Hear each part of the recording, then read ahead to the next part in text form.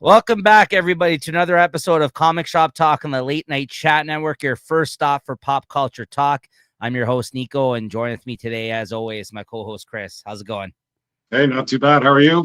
I'm good. And this is our weekly comic book review show where me and Chris check in and discuss what we've read this past week and give you our ratings and reviews, our thoughts on those comics. We look at some of the art. Sometimes we get into some comic book news, all kinds of great stuff. This is episode 209, and make sure to subscribe to the channel. If this is your first time checking the show out, give us a subscribe, hit that thumbs up, that like button. You can hit us up in the comments if you had any comments on the comics we discuss every episode. And today we're going to be talking about the new comics that came out for the week of December 10th, 2025. Man, this time's just flying by. Leading up to Christmas, it's not like when you're younger anymore. It's just like it goes by in the blink of the eye. It felt like forever all the time when I was younger, leading up to the holidays. Now it's just like with work, it's just like the next thing you know, it's Christmas time. So we're heading into the holidays soon, and next week we'll give an update in terms of scheduling. We usually take a week off and we kind of do like 2 weeks at once, but we'll let you know what we got planned moving into the new year, because sometimes we get like a smaller shipping week as a result. And the comics are coming out on Christmas Eve and New Year's Eve this year. So we'll probably end up doing like 2 weeks in once, like the last week of the year and New Year's, but we'll let you know an update in terms of the schedule next week. Also, make sure to tune in a couple weeks. We're going to be airing our basically our best of the year type episode, the Comic Shop Talk Awards. What is this? Is this like this is the fourth annual now, Chris? It's got to be 4 years already. Holy smokes. Yeah, because this is 209. Yeah, this has got to be our fourth annual Comic Shop Talk Awards. And me and Chris will be highlighting some of the best things that we've read this year through a variety of different,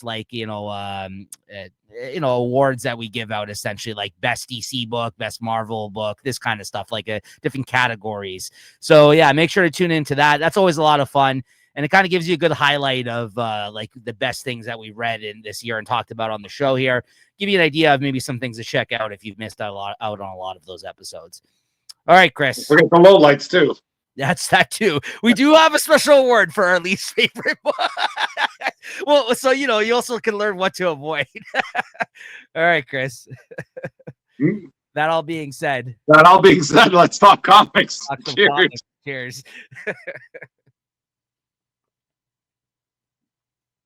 Chris was like, "Screw the catchphrase today. I'm going for this beer." All right, cheers. All right, first up on the docket here today, we had to push this up to the top because it's the biggest book of the week. Honestly, it's Absolute Batman number 15. Everyone was talking about this one. Hope you secured a copy out there, guys, because I can already anticipate this one going up in value for all you speculators out there. I secured my copy. Yeah. So, what'd you think? Well, I know with all the hype around this issue, but basically it was just I don't want to say it was a flashback. It's a bit of a Joker origin. And after reading this, I'm not even sure if this is a true Joker origin, because it's basically just Alfred sort of talking about a boogeyman to Bruce Wayne, and saying, oh, it's just, going back like 2 or 3 generations to, it was a Jack Grimm, and how his family sort of started, in the streets of Gotham as like some like street performer. And then, he kind of moves on to his further, to his next offspring, and how he sort of started making money. And then they backtrack and then saying his first time, or that first time he was out there, he was like poisoning everybody. And, how he kind of got to being like some sort of mogul almost now in the present day, where he has some island and he's hunting people. And now it seems like he turns into a monster. But that I'm just thinking that could be a bit of a red herring, and that's just more like the tall tales that everybody hears about somebody. And maybe further down the road it'll be revealed that the Joker is just a man, and all these stories about him were just that, stories.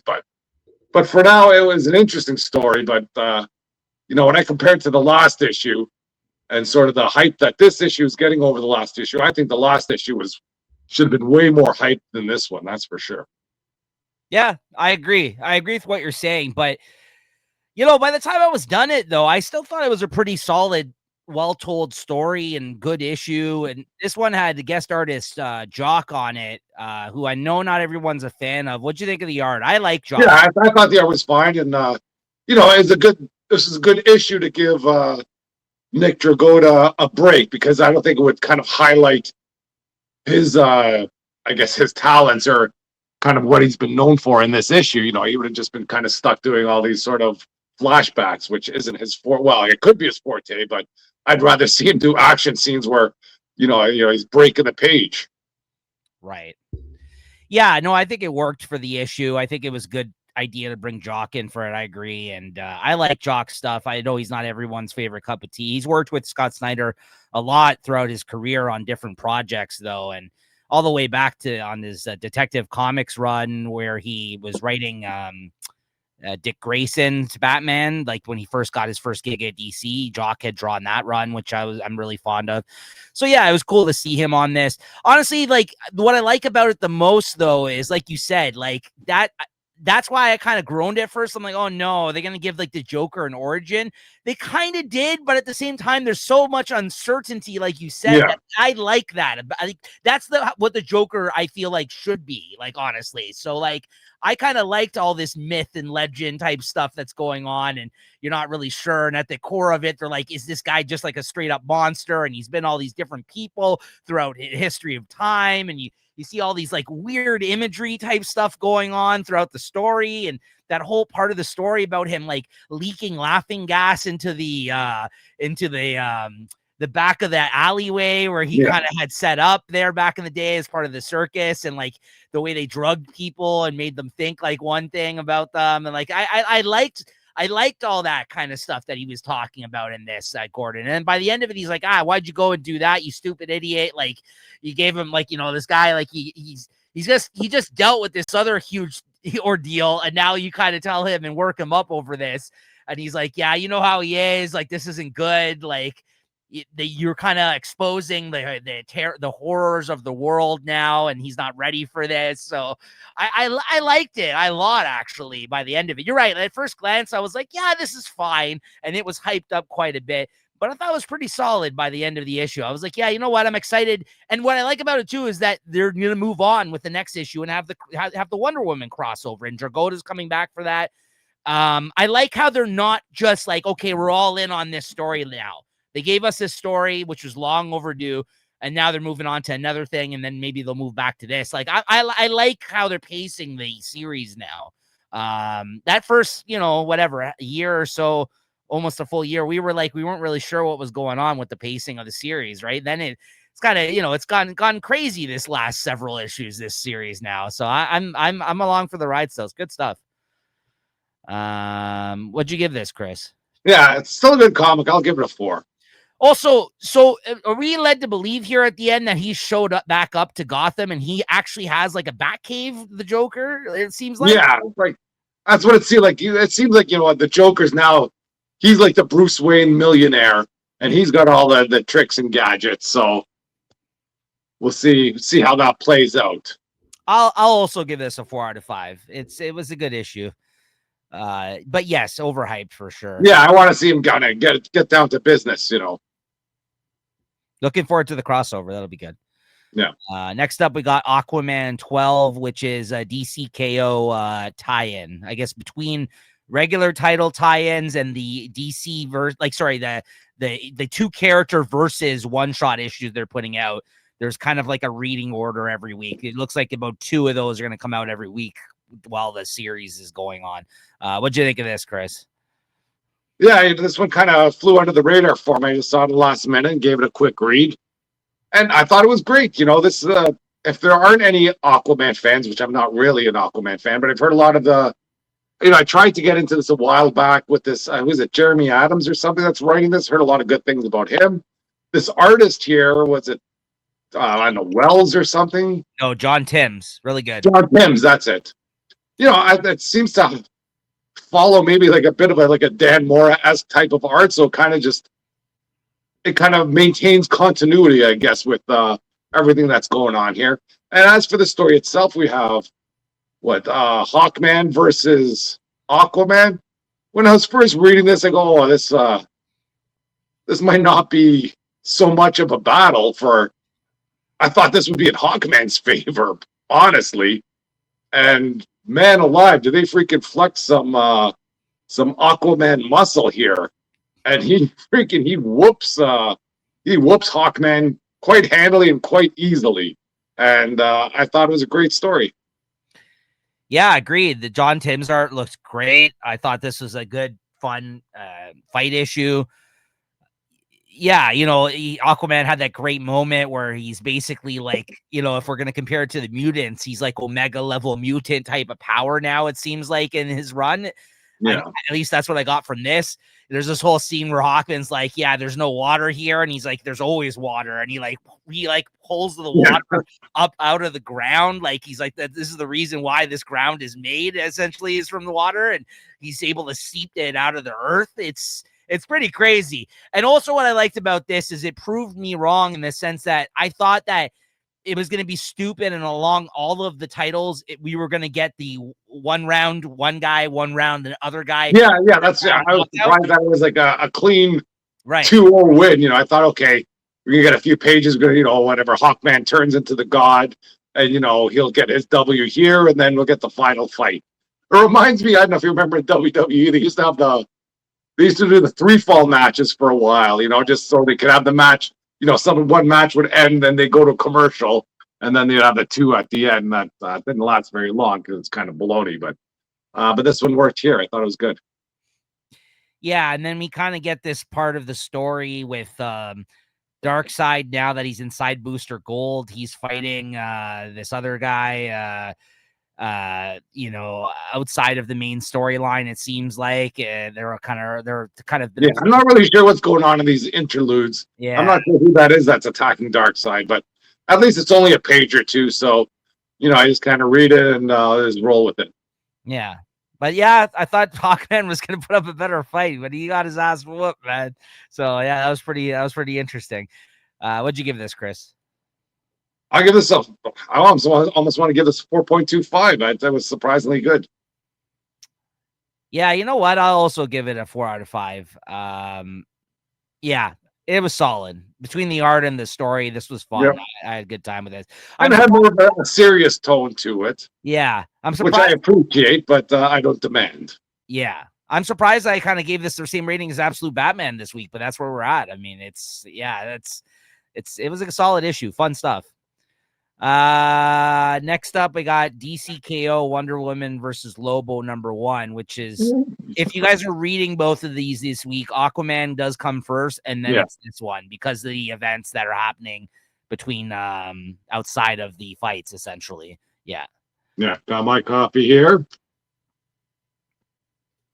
Now this was a fun issue, I thought, especially with Lobo. I thought Lobo was written well, and I think this is kind of following the pattern of, you really have to know some of your not just a bit of your DC history. You have to know a lot of it, I think, because there's a lot. I think they reference some times that I wasn't really a part of reading comics, especially that emo Lobo that I remember everybody hated.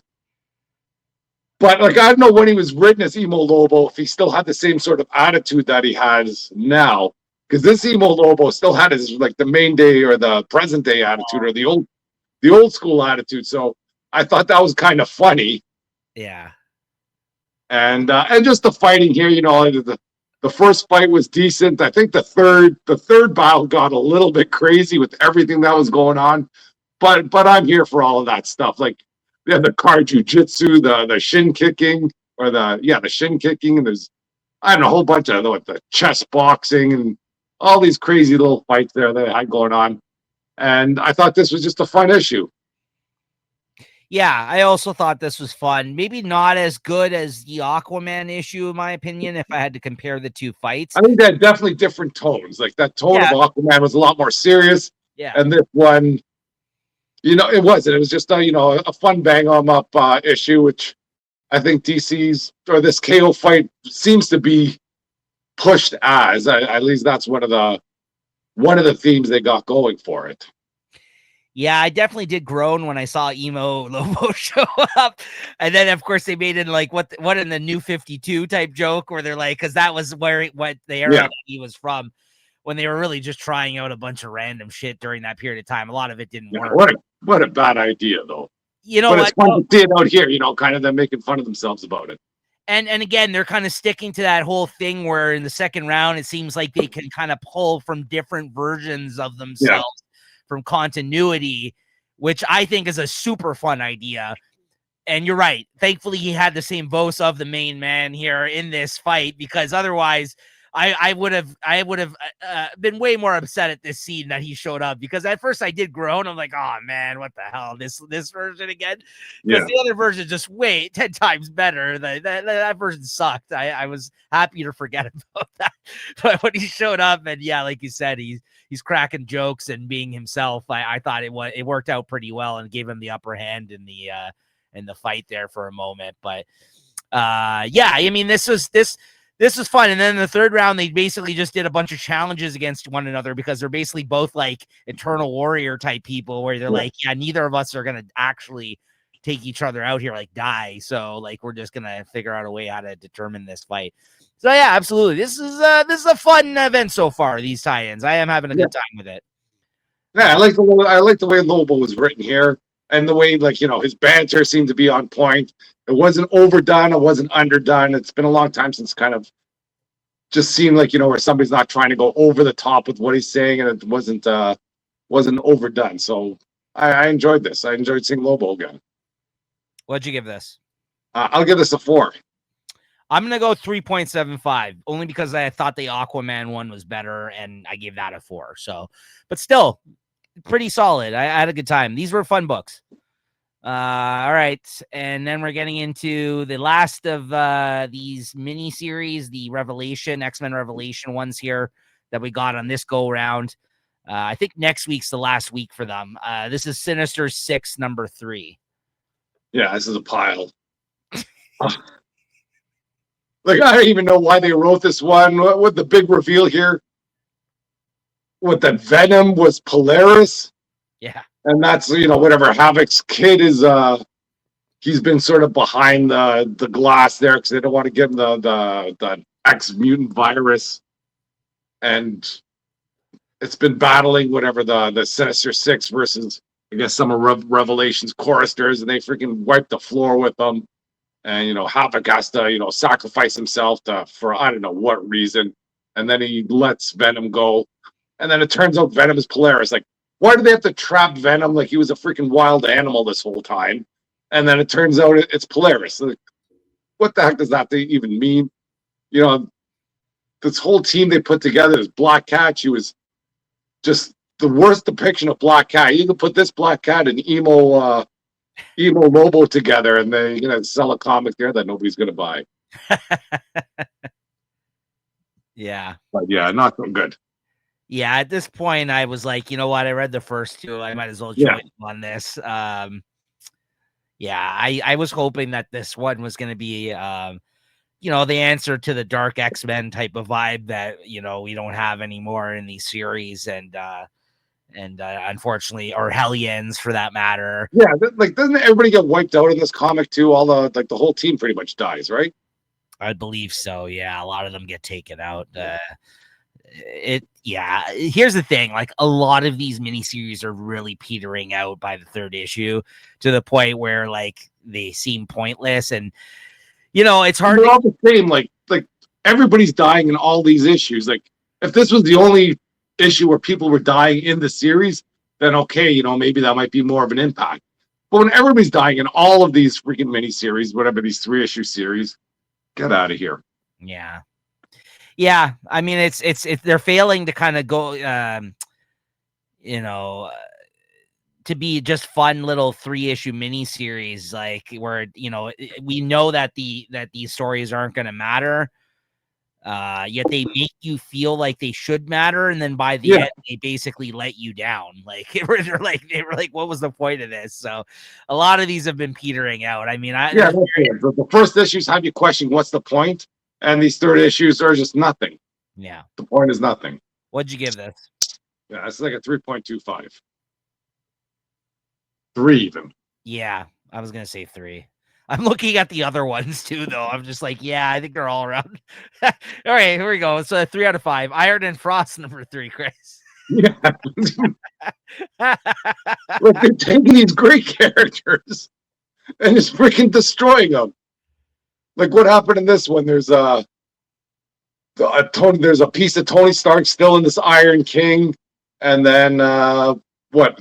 Emma Frost has to sacrifice herself to reach into the Iron King's mind to bring out Tony Stark, and then in doing that, you know, whatever the mortal wound she has kills her. And then I don't even know what he does when he's himself for the few minutes, but then the Iron King takes over at the end anyways, and that's the end. Brutal.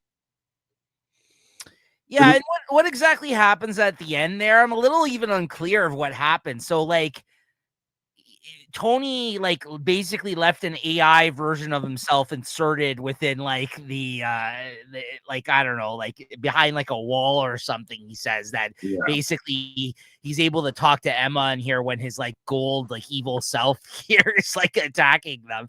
And then, like, at the end, like, I think, like, do they go back in time or something, or does he go back and like something happens and there's like something? Hold on, I'm gonna jump ahead here because who cares about this? I mean, I forgot. Oh yeah, first of all, there's a fire star inside of that Iron Man powering him. Yeah, that's what's powering him. It's like, oh no, poor fire star. Kind of an interesting idea, but not really in the third issue. Not enough to save a series. Exactly. And then at the end here, there's an explosion. It cuts to black, and then it looks like it says how many years before Age of Revelation. Yeah. Like, does he send Emma or his thoughts? I guess maybe he's sending himself something so he can warn her? himself. Right. This makes it worse because now it could be in, I don't know, maybe the new Iron Man series, or like some of the new Shadows of X-Men stuff, right? Or Shadows of Tomorrow. That the story will continue. A story that nobody likes. And now we're going to be forced to endure another arc of this before they realize that nobody likes this, and they're gonna have to reboot the whole thing again. No, I think you're giving them entirely too much credit on this. I don't think they're ever gonna follow up on that. But that's what I was trying to figure out. Well, but that's happening in X-Men now, because now when Cyclops goes back, I'm out on X-Men. And there's those 3K X-Men. Yeah. And that Schwartz, the gravity guy. And Cyclops is going to have to befriend him, and he's like the leader of the evil guys because he turns coat on. It's just crazy. Schwartzen, what? Nick Schwartzen, the comedian? He's in the comics now. I'm going to say Schwarzenkoff. I don't know what his name is, but that guy that has those freaking antennas that makes those gravity balls. Oh, okay. Yeah. We're still stuck with this storyline, I think, for a few more months until they realize it's over. What'd you give this? That's another 3. Yeah, I can even give this 2.75. I was about to say, I think this was worse than the Sinister Six one. 2.75 out of 5. Yeah. And then I got Long Shots number 3. I'll basically just repeat what I said after the last issue that I talked about it. I think I've been alone on this since the first issue, or maybe the whole way through it. Did you read any of these? I don't think you did. Might have read the first one. Okay. But basically, as I said about the second issue, applies to the third issue here. I thought the first issue was fine. I'll say, I didn't love it. I thought it was enjoyable. This was a joke that went on entirely too long. And, this is Jerry Duggan and Hickman that put this together. I don't know if maybe Hickman plotted it and he's writing it.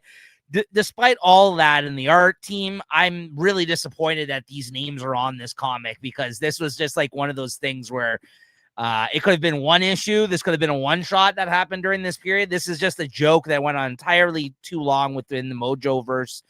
And by this, it was just like beating a dead horse. Like, I'm just like, okay, yeah, I get it. Like, they're throwing in jokes about current streaming culture and like TV rights and this kind of stuff. And within the Mojo verse, which is basically what that is, like, it is one of those like post-apocalyptic, like almost like the Stephen King type of idea, like Running Man type of situation. Not like the people are killing themselves in a game show, but people are basically in shows entertaining this universe essentially. And like there's some mutants that live within the universe. So there's all these in jokes about people getting hired. Like this whole series, he's been trying to get Longshot to show up on this show that he's created. Anyways, it's just it's an okay joke that just went on entirely too long, which I really expected a lot more from with the creatives involved on this miniseries. So for that reason, I'm also going to give this a 3 out of 5 because I feel like we could have just did a one shot of this and I could have left my opinions on that first issue and been like, you know what, this was fun. It was a cool little story, whatever. And instead we got 2 more issues of this. And I was just, each issue, I'm just like, all right, I've had enough of this. I feel like the guy came up there. I got a pretty good idea for this. He goes, yeah, that's good. Can you make it 3 issues? Like, oh, I don't know about that. Yeah. Yeah. And that's the thing. Like, 3 issues. Okay. If you say you paid the bills. Yeah. Like there were some okay jokes in this, but at the end of the day, it was just like, enough already. Yeah, I get the joke. Like, you know what I mean? Like it was just like, all right, that's enough of this. Let's move on. Anyways, the end 2099, Chris. You read this? Yeah, I know. I saw some previews for this. Saw some interesting things. I think Null and Galactus sort of merged, or Null has taken over Galactus, and Dracula's Herald, and they're going around and going to whatever, eating, devouring the worlds. And I guess they're sucking up all the souls there. And in this 2099 world, he's pretty much just going on a rampage there. And that brings, I think the Silver Surfer goes to Mephisto because they got to try and stop this guy because he's just out of control. And I guess he cuts a deal with Mephisto saying, when Null devours these planets, he takes everything. He takes all their souls. So Mephisto's not going to get any more souls, so he's a little worried about that. And he kind of faces off with this Abyssus or whatever they call him. It's a game, or it's not a very good name. And then they kind of deal that they're going to bring the Earth's champions versus anybody else that Null decides to choose from the universe to battle it out. And I think at the end, a Spider-Man from 3099 shows up and he attacks Spider-Man from 2099. It sounds good on paper, but the execution, I don't know, it didn't wow me. Let's say I'd give it a 3.5. Like if you like this 2099 world, then maybe it's for you. Okay. Next up, I got Minor Arcana number 12, continuing Jeff Lemire's series here. This has still been pretty good. Jeff Lemire's gotten really good at like these like small town mystery type of stories. Really, in a lot of his books, like there's like an ongoing mystery in this, and I think he's gotten really good at kind of stringing you along and keeping the story going while just giving you just enough that you're still interested and invested in it, but still not fully explaining everything that's happening. And basically, this series is just like continuing this whole thing of this. You're learning that this town, there's all these people that there might be a secret society of people that are able to tap into this same magic that the main protagonist, this girl, is able to do. Like when she touches people's palms, like she's able to like see into their mind or their past or their future, like basically, and communicate with people that they're looking for and stuff like this is going on. But now you're learning that there's like a secret society kind of operating in the shadows of this town where other people possibly might be tapping into this same magic source that she's tapping into. And that's kind of where we're at in the storyline here. And in this issue, she goes after, like, I think there's she's looking for her friend's junkie brother because they lost him. Like they don't know where he is currently. And that she's trying to track him down because she's concerned about him. And, he could be off like, in a crack house somewhere or something. She doesn't know where he is. So they, so she's able to like, they go into his old bedroom and she's able to basically tap into a vision of where he is currently. But when she gets transported there, the guy can see her, and like he knows like he basically stops her from basically following him or asking him questions, and like he goes into a house, and so like it's like this whole thing where it looks like he may be able to, like, he's into like this magic stuff that's going on within the town too, and meanwhile there's like another dude that's like you saw like in like kind of watching them and stuff in this issue. So yeah, there's all this like town mystery, small town mystery stuff going on in this, so which I'm enjoying. I still give this a 4 out of 5. It's hard for me not to when Lemire's drawing it. I like his stuff, and it's just another solid chapter in his story. It's hard not to give it that, because even at like its most basic issues, I still really enjoy this, and I'm a huge Lemire fan. So yeah, 4 out of 5. I like this series. And then next up, I got Teenage Mutant Ninja Turtles number 13. So this is the first non-Jason Aaron written series issue after the first 12. Great Daniel Warren Johnson cover, though, as he continues to kill on his variant covers. Really happy I got this one of them skateboarding. Really cool. Did you read this too, Chris? I did read it. Okay. What'd you think of this? Well, I think it kind of takes a step back to the more colloquial Teenage Mutant Ninja Turtles. I was enjoying the Jason Aaron one where they seem to be more mature, darker, and they're kind of not so happy-go-lucky. And here we're sort of back to the regular Turtles. It's not a bad story by any means, but I was really enjoying where Jason Aaron was taking these Turtles, and these aren't my favorite Turtles when they're like this. But the story's fine, like great action, great art, but it's not my Turtles. Yep.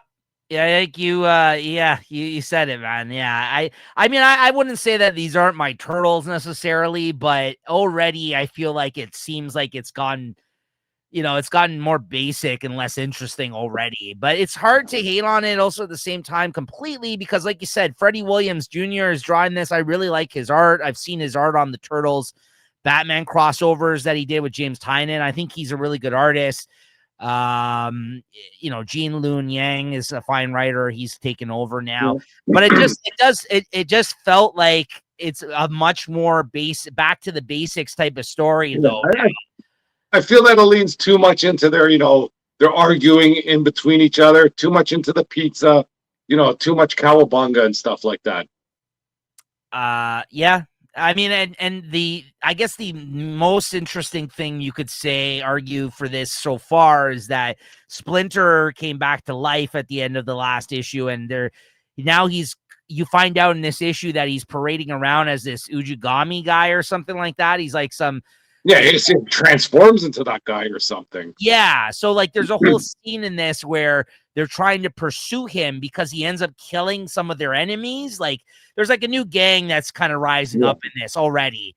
And that's what kind of feels like very basic. I'm like, oh, okay, here we go. Here's a new gang already, whatever.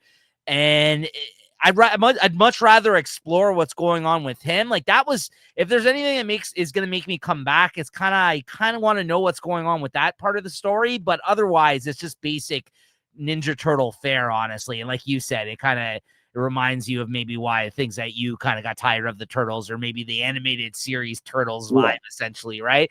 Where Jason Aaron was doing interesting outside of the box things, I felt like, and he had, all these interesting artists drawing the book. This does more so feel like a familiar ground, and maybe not in the way where I want to be following it in issues anymore. So I think I'm going to give it a couple more issues, but I might be off it in issues. We'll see if I even continue reading it, but I agree with what you're saying. Some of what you're saying there. It's not bad. It's just, it's not what I was interested in previously with Jason Aaron writing it. Right. So yeah. I do want to see where this plays out, though. I am interested in the Splinter storyline here, because they go to pursue him, and there's like something that stops him from chasing him down after he kills this guy. And then you see him like morph back into Splinter after, and I'm just like, what the hell is going on, right? So that's kind of weird. What'd you give this, Chris? I got a 3.75 though. It's still a pretty good comic. Yeah, 3.75 out of 5. I agree. Transformers 27.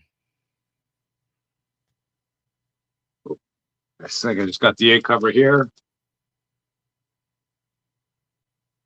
I got the Dan Warren Johnson one. Yeah, I think I probably put that on my solicitor in my pull list, but who knows? I'm happy to get what I get sometimes. And for the Transformers, I think this kind of just sets everything up on the Autobot side to see where everybody is. Kind of talks about a few of the storylines that have been going on. Like nothing super special, but still a good comic. You know, it's good to see Optimus Prime kind of, you know, talking with what's a Thundercracker there, who's recently defected to the Autobots, and how he wants to prove himself. But you can, you know, just having that conversation where, you know, they're talking about sort of how they have to battle all each other and why he's changed sides, but you know how kind of war is war. You know, it's, we might not hate each other, but we're on the opposite sides. We've all done some things we're not proud of to each other, but you know, the things went too far here on this planet.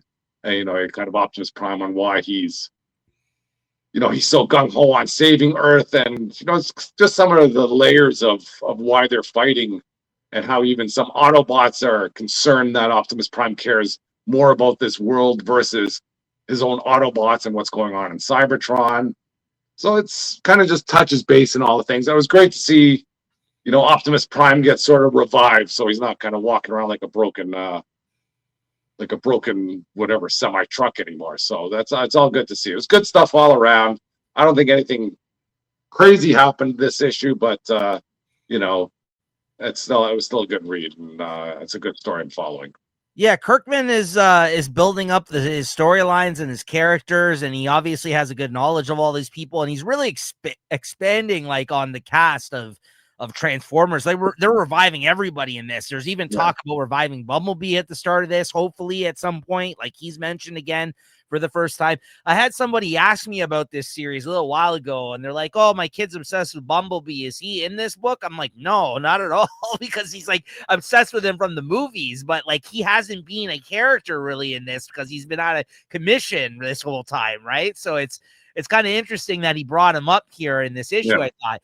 And I'm loving this whole general like sorry. Yeah, I was gonna say, once you brought up that page, this character, I know what he's up to, but he's gonna be causing problems. I know that much. Absolutely. I love how he like two fingers, like his neck. He's like got the mandible claw. And I do like that line when, you know, that whatever that mayhem guy's kind of getting out of hand. He goes, "Look, pal, I didn't become a general, but you know, but I didn't find this at the bottom of a box. I'm forged in steel, pal," and then he just puts him in his place. What the hell's his I name? don't know if he's good or bad yet, but he's leaning on the bad side. What the hell's his name again? General Star, or what's his name? I think General Flag. Major Flag. Sorry, I don't know why I said Star. You know, that other part was cool too, where he's chopping it up with the Transformer, and then they're like, "You tortured us," and he's like, "Hey, bud," he's like, "By the way, we didn't know if you guys were the good guys or the bad guys at that time." So, like, I feel like you know, coming from Slack here, okay? Yeah, the Transformer's like, he's like, "Okay, fair enough." He's like, "Listen, I get it now. Small purple head, they're the bad guys. Small blue head, they're the good guys." Like, it's hard to see them sometimes. Yeah, I thought it was just some really good Kirkman dialogue. I was like, you know what? I actually enjoyed the scenes with him the most out of this whole issue. Honestly, yeah, it was good stuff. Yeah, no, I'm liking this so far, man. It is. I still think it's the strongest of the Energon books. Good stuff. What'd you give it? I give it 4, no problem. 4 out of 5, absolutely. All right, then I got Ordained #1 here this week. This is another one of those bad idea comics where I don't think they put out digitally these comics, so you have to order them through your comic book store. I also don't have the art to display as a result, but this is Robert Venditti writing it, Trevor Hairsine on art. I like this a lot. This was kind of a good first issue. I think these are all like mini series too that they've been putting out. This is basically about a priest who gets tangled up with the mob, and he basically, you find out that he has like this past where he's like a John Wick kind of like level of skill essentially to him. And he like goes to like give this guy like his final, like whatever they call it, like final right, like what he goes to see him on his deathbed, and he's a mobster, like he's the leader of a mob, and this guy tells him in like a confessional type of situation this stuff that he did and that he feels sorry for before he passes, right? Like and and he's not allowed to say anything because it's like a confession of last rites type of thing. So he's always speaking to him about it. And the cops try to interview him after about it. And he's like, listen, I can't tell you what I discussed with them on his deathbed. It's against like me being a priest. I can't do that. And they're like, okay, yeah, well, listen, this guy's done a lot of terrible things. So you let us know in case that, you do feel differently about it. Here's my card. And then the guy has like some miraculous like turnaround in his like health, like 2 days later, and he's out of the hospital. And he's like alive still, even after like when he was literally on his deathbed. And then they're like, "Whoa, I've never seen this before. This is crazy." He had some like crazy turnaround now, and so as soon as he gets out of the hospital, he turns to his goons and he's just like, "Kill that priest," because he told them all this shit, right? So now he's afraid that he's out on the streets again, that this guy's gonna like, rat him out. Meanwhile, the guy actually didn't say anything because he's like, I can't, to the cop, and I guess he's still worried. And so then these, a couple of his goon guys show up to kill this guy in the church, and he ends up like taking them out. Like this guy he can scrap like crazy, like he's John Wick style. He's like, like cocking the gun and like taking the gun and like shooting the bullets out, like yeah, all that crazy stuff. So I'm like, okay, what is this guy's past? Was he in the army and he just knows all this stuff? So yeah, it's honestly like obviously like a setup of something we've seen before, but it's still a good story nonetheless and good art. I dug this. I gave this also a 4 out of 5. This is a really good start of the series. I'm like, okay, I'm invested right away in this. I got to see how this plays out. So good stuff. I really liked this. It also has like a quote on the cover from one of the writer and creator of John Wick. So I'm sure that's why they sent this over to him. I don't know if he had some input on this or what, but it definitely reminds me of that. It's a John Wick priest, essentially. Yeah, it's pretty cool. I really liked it. Next up, you got Infernal Hulk #2, Chris. Like I said, I wasn't a big fan of this, but it's still a good comic, and it continues to be a good comic. Got this Infernal Hulk, whatever the mother of or the heir to the monsters, and he's on his way to Atlantis to wake up another monster. I like all the other heroes trying to warn Namor about him, and Namor's, of course, being the prick that he is, I don't worry about me, you worry about yourself. Yeah. And then freaking Hulk shows up there, and it's one of the other monsters wake up. The God Eater, he's called, essentially. Yeah, he's called. Yeah, whatever. Anyway, and then even Namor's like amazed that this monster's awake. This was just a legend in his mind. And then the Hulk shows up and they start fighting because this new monster only would kind of take orders from the mother of all monsters, and this Hulk here is trying to say that, hey, I'm the new chief there. He goes, hey, what are you the chief for? I want to be chief. So they battle it out, and I don't know. The Hulk goes, he tries to eat the Hulk, and the Hulk's inside his stomach, freaking, I don't know, just ripping out his intestines, and I don't know, jams some freaking pillar through his mouth, and then I guess that sleepy monster there sort of concedes and goes, okay, I'll do what you say, and then they take off, and then Namor flies up after the Hulk, goes, hey, I heard you're a bad guy, what do you you just beat the hell out of this sleeping giant here, you're not a bad guy at all. He goes, don't worry about you, when you get on my radar, I'm coming back for you. You better be ready. Yeah. And the Namor's like, eh? And it's good to see him put in his place. So, also, and then they got some other stuff going on with Bruce Banner. So he is still part of the story. Yeah. And I don't know what's going to happen with him, but he does. I think they call him David here. Is that who Bruce Banner is supposed to be? And he's just going by the name David? Yeah. Yeah, and then of course he drops his line. Oh, of course, you don't want to see me when I get mad. You might not like me so much. Right. So maybe he's got a Hulk inside him too still that he's just trying to keep quiet. Yeah, I'm loving this. I don't know what's going on because like I skipped out on that whole like entire first part of the run after a few issues. I think this was great. This is a great issue. Like you said, for the Namor parts. Also, the fact that they tied in him being part of the New Avengers team in this at the start, too, because the New Avengers team that he's part of. Yeah, they're the ones talking to him. Yeah. We're just going to talk about it in a couple books here. They're the ones telling him, like, they're warning him. They're like, yeah, I don't know, man. Like, you may want to watch out for this guy. Like, he's coming towards you. And he's like, bah. He's like, whatever. Yeah, I can take care of the Hulk every day.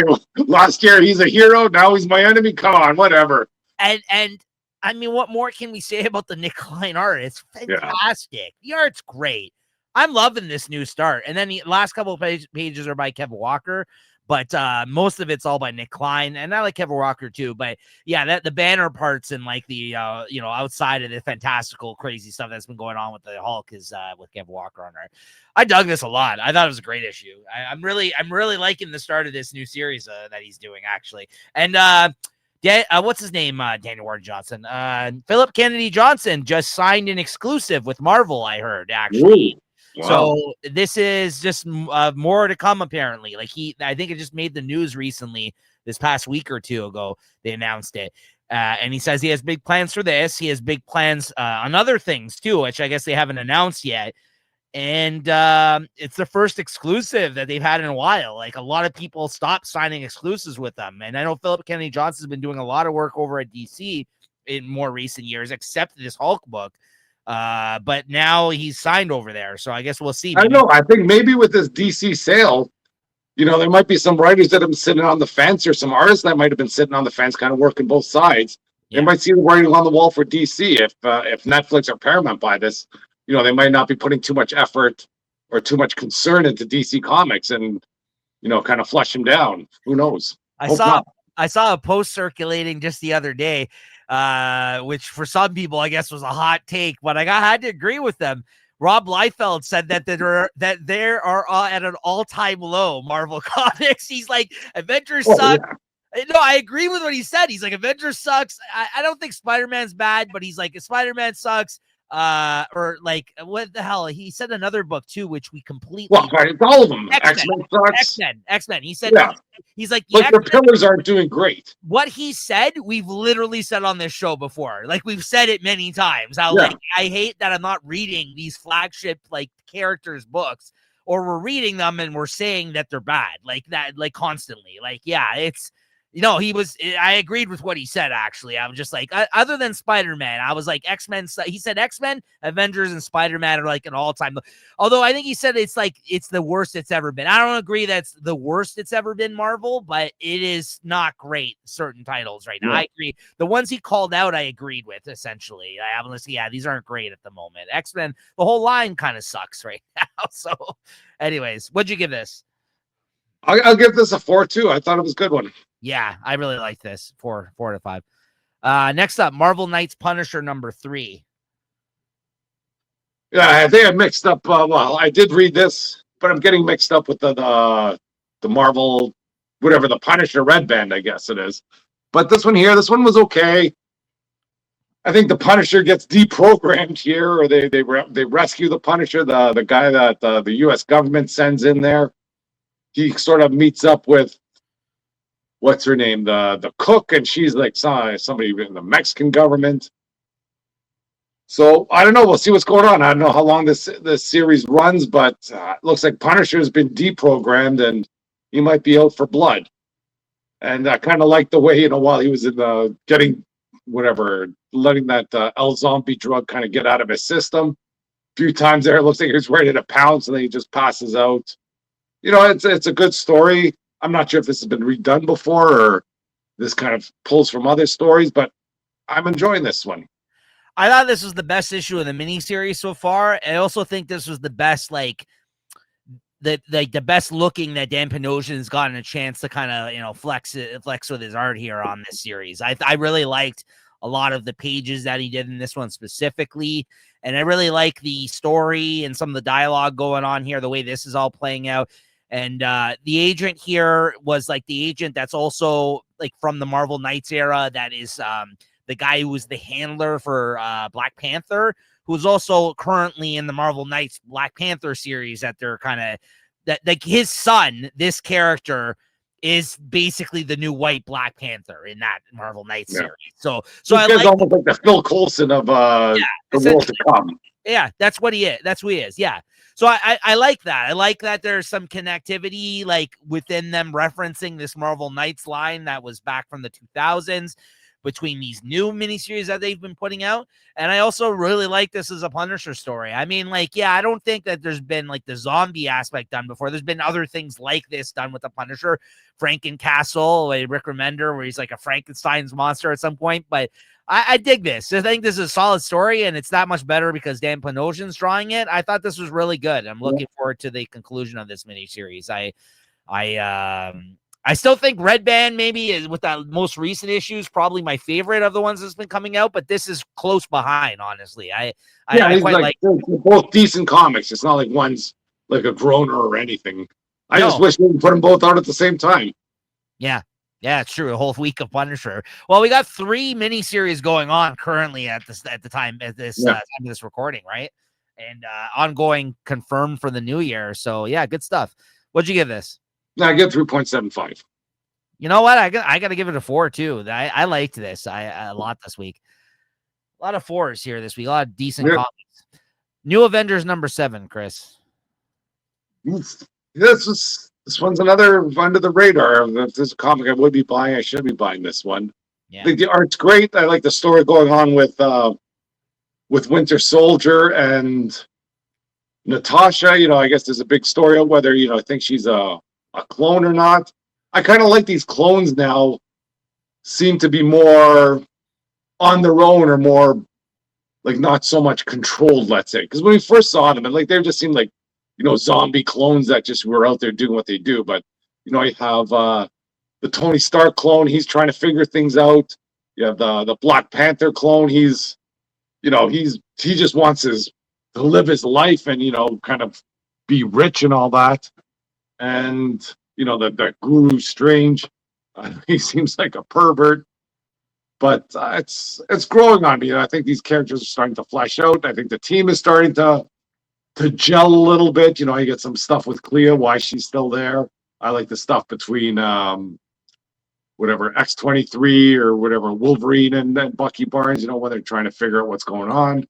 And then, this scene out in the desert where, they both Natasha or Black Widow and Winter Soldier, they kind of know something's up with each other. They might let on more that they're knowing, but it's, the way they test their weapons kind of shows that they both have trust in each other. And there might be some sort of big swerve at the end. So we'll see. This book is better than the main Avengers ongoing series. Oh, yeah, definitely. Right now. I have so much fun with this. And as it's progressed, and like you said, we're getting these other versions of these clones, essentially, that we learned that are from the Jackal or whatever, right? I think the Jackal's working for somebody too. From Spider-Man, like he's a Spider-Man villain, essentially, most of the time. So, yeah, I like how, he's working for somebody too. We don't know who it is yet. But like you said, I like how they're stepping out and they have their own personalities, and this is like a douche Tony Stark version, like, and he's like super douchey. Yeah, and I quite like that. It's very entertaining, and I really like the core cast of characters in this that they chose to kind of highlight. Like I really like this team. And by the end of this, the whole thing is this whole time Bucky's been trying to figure out whether or not Natasha is one of these clones. So he runs a hair sample through Mr. Fantastic, and Mr. Fantastic then tells him by the end of the issue, no, I think you're good. I didn't get any, red flags here. It looks like she is who she is. And then she turns around and tries to kill him at the end. So it looks like she is a clone. I don't know what's going on. All right. Who knows what's going on? But I like this series a lot. This is definitely my number one, like under the radar type book, I feel, which I believe is a category in the Comic Shop Talk Awards. So stay tuned. This might up here. Yeah, we might have a one in the running here for that category. So good stuff. What'd you give this? I give it 3.75. It could be a 4 even.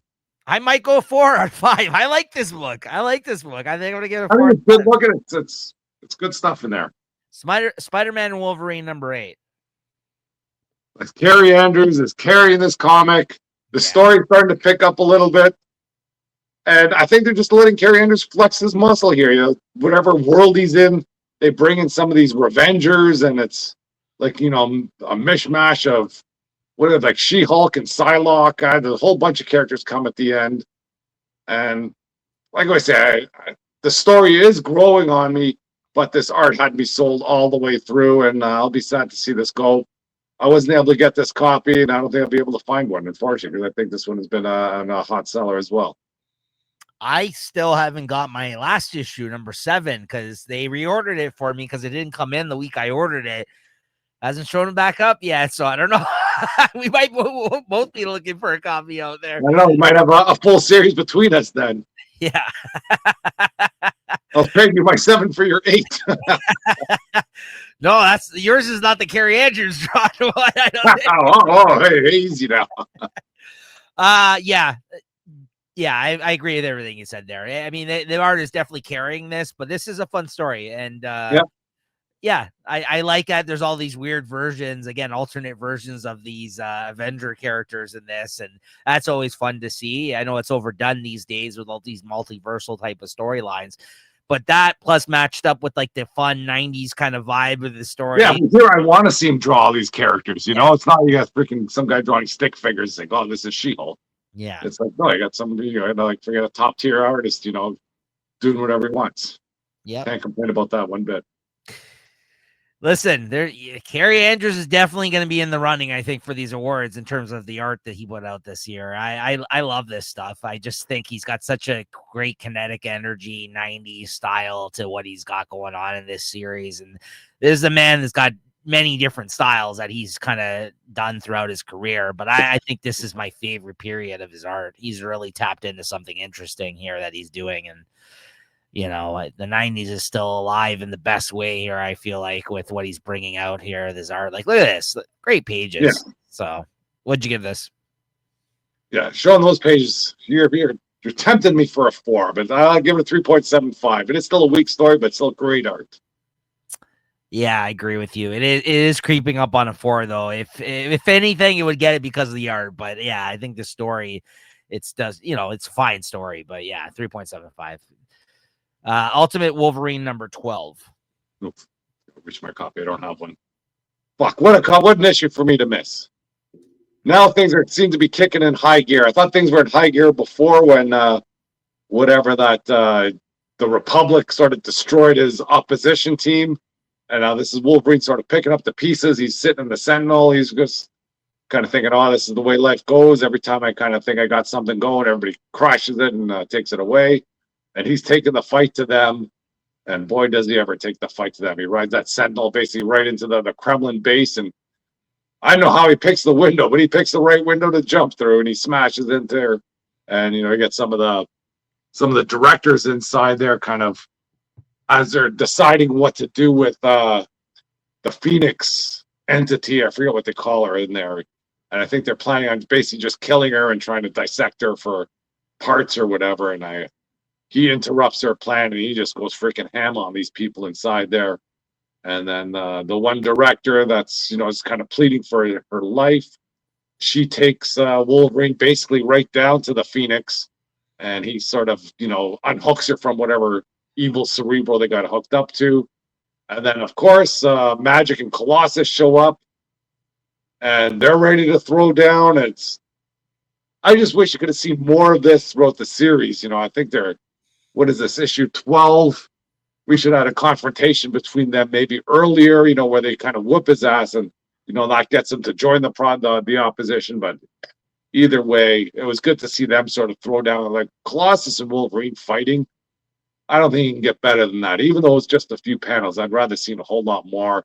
And then, of course, Phoenix kind of rises up and uses some of her powers to shut down Colossus. And, Colossus just tells Magic to run. I guess things are not going well for the Rasputins there. And she kind of just says, hey, this ain't over yet, but I'm going to go kind of figure things out. And she takes off. And Wolverine and Jean Grey seem to kind of just skedaddle out of there, and we'll see what's up. It says enter the Maker next time. So maybe the end game is going to be continuing on and through these issues, but a great issue.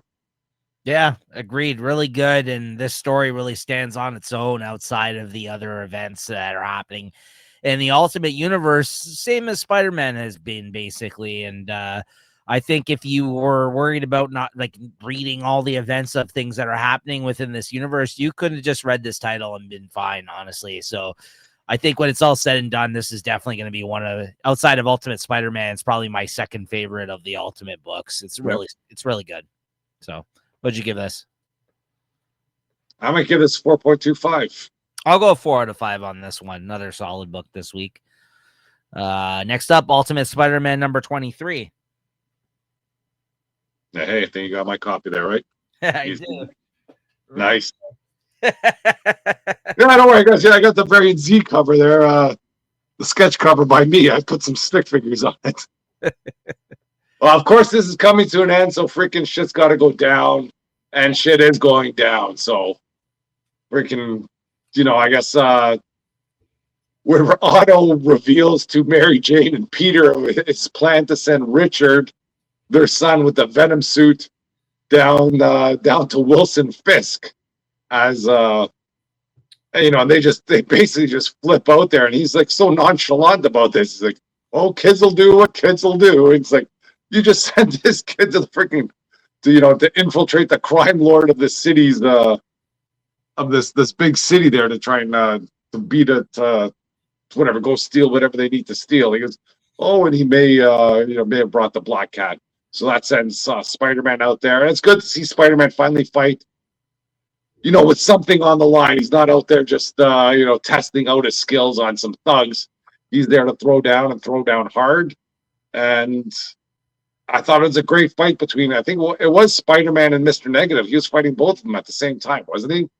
And they were about to fight too, the Spider-Man or Mr. Negative and Kingpin. Yes. They were about to throw down, and they get interrupted there, and then don't they just go, "Okay, we'll call for a truce until we can deal with the Spider-Man part." Yeah. And Wilson Fisk does think he has Spider-Man.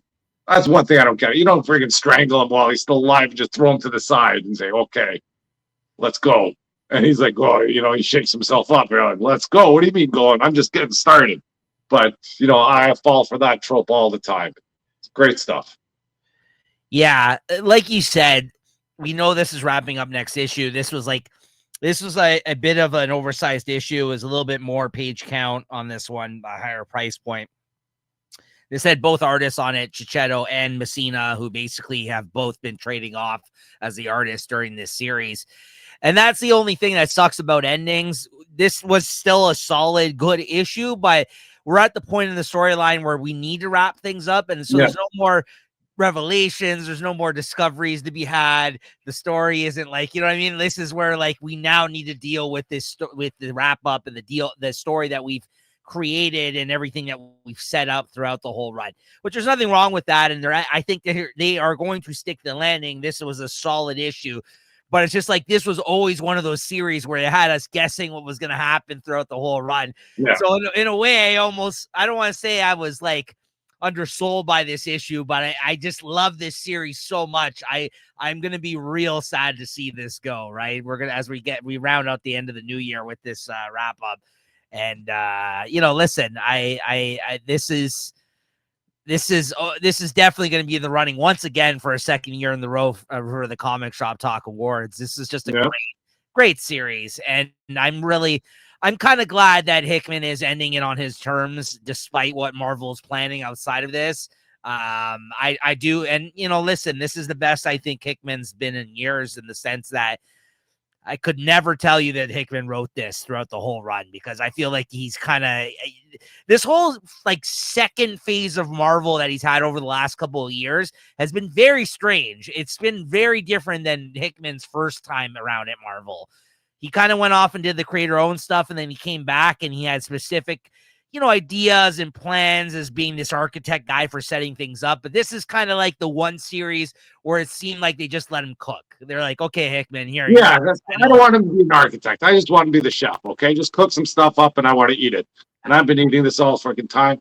The only downside, or not downside, the only maybe bad thing I can say about this is that when you're kind of sold as an ongoing, you kind of expect things to go a certain way, but now that you see the way things played out, and it may have only been a 2-year run, I feel like it might have been hoodwinked a bit, and they could have put a lot of filler issues in there just because they know it's only going to be 24 issues. They almost sold a maxi series, which in reality, this probably could have been told in 12 issues, no problem, and it would have been just as impactful. Yeah, that's a good point. But we did enjoy it the whole way through. Yeah, So I did enjoy it the whole way through, but if you're going to sell me, like, I can understand if you have an ongoing series that doesn't sell and then you got to pull the plug. But this is your number one comic. How can you pull the plug on this? yeah. What'd you give this? I give this 4.25. Yeah. Despite all those comments, this was great. Yeah, it's still great, but like I said, I'm just mad because it's going, not because it's absolutely not good. No, I agree with you. 4.25 for me as well. Good stuff. And then Oh, finally, I also did read another comic here before. We have another comic to go, or is we're done here? one more, yeah. Well, before I did read the Darkness with the Mark Silvestri, yeah, and Ed Benes. I think when I saw that was Ed Benes doing the art, then I think I had to pull that up there because that's a sick artist, and this is like right out of the freaking '90s vein of comics there, where it's some freaking holy baloney story with angels and devils. Yeah. But that art is just freaking dynamite. And the themes they have there, basically it's this darkness guy. It's before he gets his powers. He's some 20-year-old mafia that's an orphan. They kind of touch on his orphan business younger, or he was adopted by some mafia family. And in the first few panels, all you see him is freaking he's just messing around with all these hot chicks and they're freaking banging them out like crazy. And then when he turns 21, this darkness power gets him. And whatever. Then you have like the evil side and the good side. They're fighting over to try and kill this. The evil side wants the darkness to thrive, and the angel side wants to kind of kill the darkness while this power is transferred. But then the darkness side tells me, when he kind of gets him in, he goes, "You can't have sex anymore because if you do, then that's going to lose your power." Like, what a swerve to put into this story, and what a thing to not give up essentially for powers, right? Yeah, and he didn't even want this power, but now that he's got it, he's also some mobster, and then some Russian mob is moving in on his family, so he's gonna have to use this power to mess them up. But the story isn't freaking it's not Shakespeare or anything, but it's enough to keep you in there. But that art, once again, Ed Benes. Ed Benes, that'll bring me to the table all the also time. The appropriate artist for what you were saying. Yeah, it's a very, very adult themes. Maybe not adult writing. It sounds like a teenager writing a comic book, which not the time that these people were when they were writing these things. He was the artist back when Gail Simone did Birds of Prey in the 90s. And he made those women look very good in that comic. That's all I'll say about there's no female characters that are, but all the side characters, the background characters that are female in there. Wow. Yeah. He's got them down. What'd you give that then? I'll give it a 3.75. I can give that more if you want to put that in categories. All right, there you go. So The Darkness #1, which I saw came out this week as well. The 90s are back, man. We have the Darkness out. We have it's Youngblood came out last time we talked about. Yeah, and then the 90s are back. They just opened the time capsule. They didn't reinvent it. They didn't kind of grow it. Take these characters and bring it to 2000 or 2025. They just opened that vault there. This is the guy we got. We're gonna do it again. Well, that's the thing. There's not many new readers. The same readers are still around. You know what I mean? It's we remember the characters might have a cell phone now where they didn't have them in the 90s. They'd be on the phone against the wall. That's about the only thing that you see in the future. Right. That's dated them. All right. Then finally, we got Amazing Spider-Man 17. I also have Chris's copy here. So here's my cover. Here's Chris's cover here. I actually quite like yours. Oh, yeah. I did like that one. I didn't realize that I guess his new love interest in this one was of the same race as the Hellgate there. Yeah, I didn't know that. This one, they're kind of sabotage, or somebody sabotages their plane. They end up on, luckily landed on some crazy planet there, and as Peter and what's it, Rayleigh or whatever her name, Ray, I don't know what her name is, but they go out there and sort of search around the planet and see what's going on while everybody's back at the ship trying to fix it. You figure out who the saboteur is, and I don't even know who that kid is there, but he just seemed to be happy to have people around him that felt like a family. So his plan was to sabotage the plane when they were close to close to a habitable planet so they could all live together. And then at this time, I guess, I don't know who that, somebody that has to do with that, maybe the supervisor of Hellgate or something kind of shows up and basically gives you a bit of history of Hellgate. Hellgate is supposedly some hero on their planet, and maybe they're trying to see if Spider-Man is strong enough to go back to their planet to help them out with something. So who knows how this, that's a bit of a twist in the story where maybe Hellgate is not quite the villain that he's made out to be. So I'm not sure I like where that story's going, but we'll see how that goes. But anyways, and whatever, his girlfriend seems that whoever that person is shows up, she's like a queen on their planet, and she has to bow down, and she won't even fight back just because she knows, that's not proper etiquette. But as the fight goes on, she realizes that, hey, she's a free person. She can do what she wants. And it looks like that girl can freaking kick some serious ass. So it was fun to watch that kind of her kind of come to her senses, let's say, and unleash her power. Yeah, I go back and forth with the whole fact that this is a still like a space story with Spidey, and it's kind of like outside of the norm of what we are expecting from this book and this character. But I do like that they've kind of every other issue they're kind of checking in on this, where it's not like it hasn't been a full arc of like the 5 or 6 issues of him in space. It's like we get one of this, we get one with checking in with the people that are replacing him for the time being. And I like that they're kind of bouncing back and forth from those two totally different situations outside of the norm for Spider-Man. I like that honestly lends itself a lot to the reason why I think this is working and that it's enjoyable. Because even last issue when we checked in on him in space, I'm like, I think I'm over this now. And then this issue I had a lot of fun with. And by the end of it, he's like, I'm ready to go back now to Earth. Like it looks like we're finally wrapping up with him being in this in this storyline, which I'm fine with. But yeah, it's been good. It's good art, enjoyable story.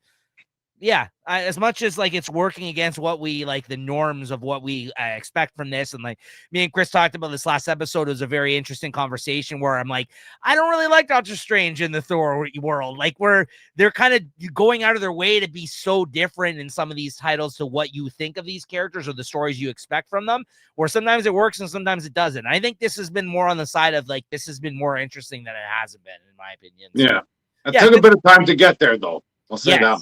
Yeah, absolutely. But yeah, I'm excited to see him go back now, and I'm excited to see where this leads in with the current storyline with the other people that have stepped up for Peter during this period of him being away. So, what'd you give this? I give it 3.75. Yeah, 3.75 out of 5. I agree. All right, that's going to do it for this week of comics, the ones that we've read that we wanted to talk about. Chris, what are you looking forward to checking out next week, which is the week of December 17th? December 17th. Let's see. So out of DC, I don't think there's much. I'll probably read World's Finest. I'll probably read Teen Titans. That's one of the KO matches. Getting Wonder Woman 28. Getting the DC Harley Quinn versus Santana. And that might be it out of DC. And let's see what was Marvel got for me next week. Probably reading the Avengers, figuring out more of that Meridian Court. I don't know where that story's been going, but it has been fun. Try and read Mortal Thor. Black Cat 5, got a great cover there. Yeah, I've been enjoying that story. The Punisher and Daredevil, Devil's Trigger, that's good stuff. Book of Revelation, number 3, see what's happening there. Hopefully that's over. Radioactive Spider-Man. I can't believe that's going to be any good. Rogue Storm. I predict a 2.75.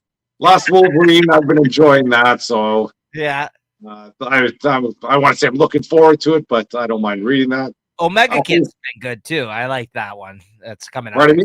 Omega Kids is also coming out. Oh yeah, yeah, I like that. Yeah, I'll read that one. I got Planet She-Hulk. There's a lot of stuff to read. Not too much stuff I'm buying. And let's see what has Image got for us. Exquisite Corpses. I think I'm buying that issue. G.I. Joe 16, getting that. And Sacrificers 18. Good stuff there. Yeah, young blood.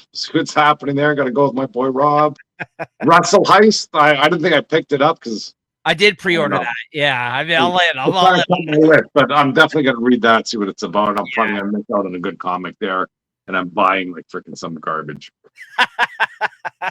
I know. I actually had to double check that because I'm like, I wasn't sure if I pre-ordered it or not. I definitely wanted to check it out, but sometimes I'll just trade wait, right? But I think I did pre-order that one, so I'm looking forward to that. Yeah, so next week I got a couple of Bad Idea comics here. Survive #4, Cul-de-sac #5. What else we got here? Space Scouts #2. It's a pretty big week, I think, next week. This is that one that's basically Hunger Games in space. I'll be reading that one. I'm not picking that up. Ones I'm reading here, Absolute Flash. What else here? Batman's Superman World's Finest, I'll be reading.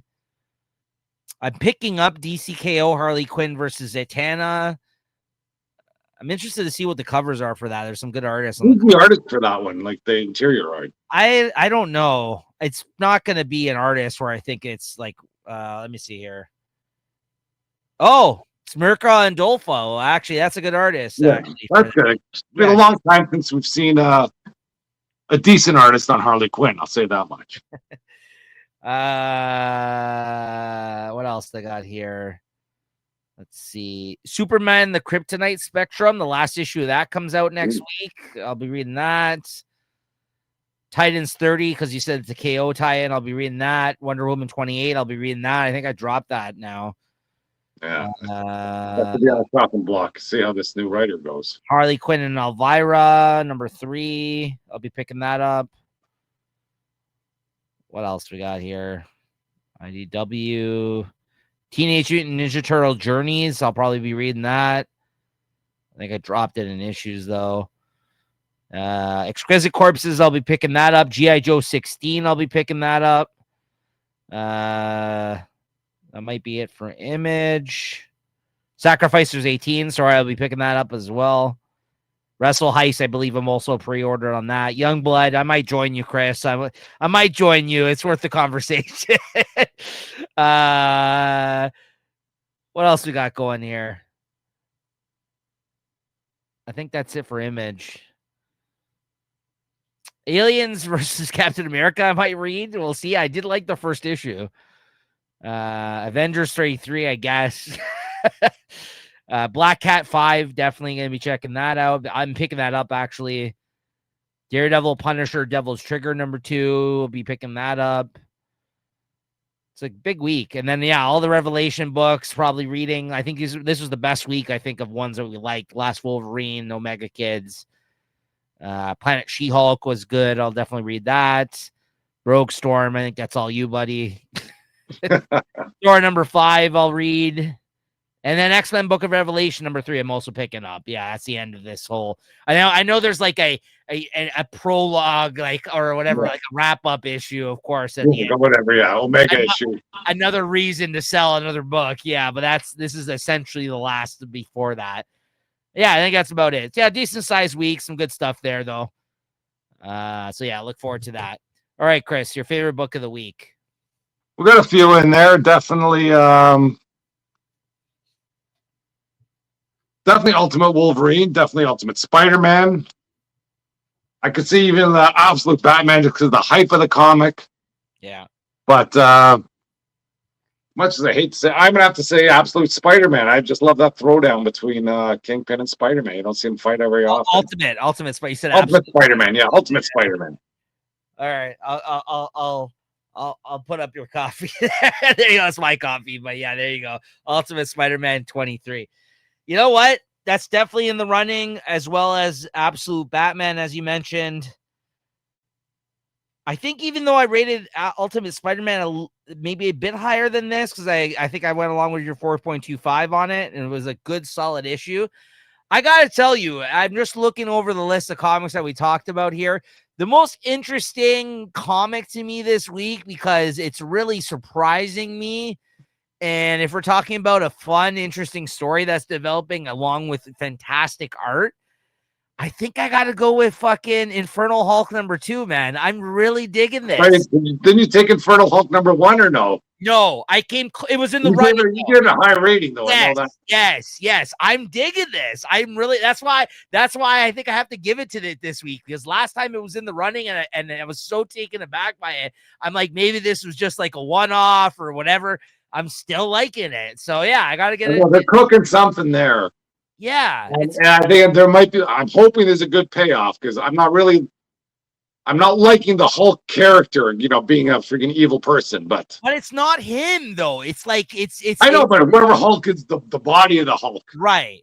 It's being controlled by whatever the son of the monsters. But that's why I think it's kind of excusable what's going. Like, this is not like the Hulk, and they spent the whole issue freaking watching him just fucking tear people apart. Right. But that whole like Southern Appalachian mountain horror stuff that was going on in like the first series, if that I didn't love, but it led to what's going on now, and I definitely think he's cooking something. I'm just hoping it's freaking something good. And for once, I feel like this is one of the more successful relaunch breaks of a series, where it's definitely better than the first run, whatever the Mortal Hulk, or I don't know what the last one was called. Yeah, the Immortal Hulk, I guess. Right. But how many times? That never freaking really. No, I know. It didn't kind of grind your gears or pique your interest. Let's say this one definitely piques your interest. I agree, and I think this is like, there's so many times where they're relaunching the books now, where like it's not that different from the version that came before, where this isn't that different still, but I think that the direction of the story is much better right now in comparison to what. And he still kept Nick Klein. Like, that's what's impressive about it, because usually you lose the good artists after something like that. But no, this is a much better story so far, in my opinion, and you still have the great artist.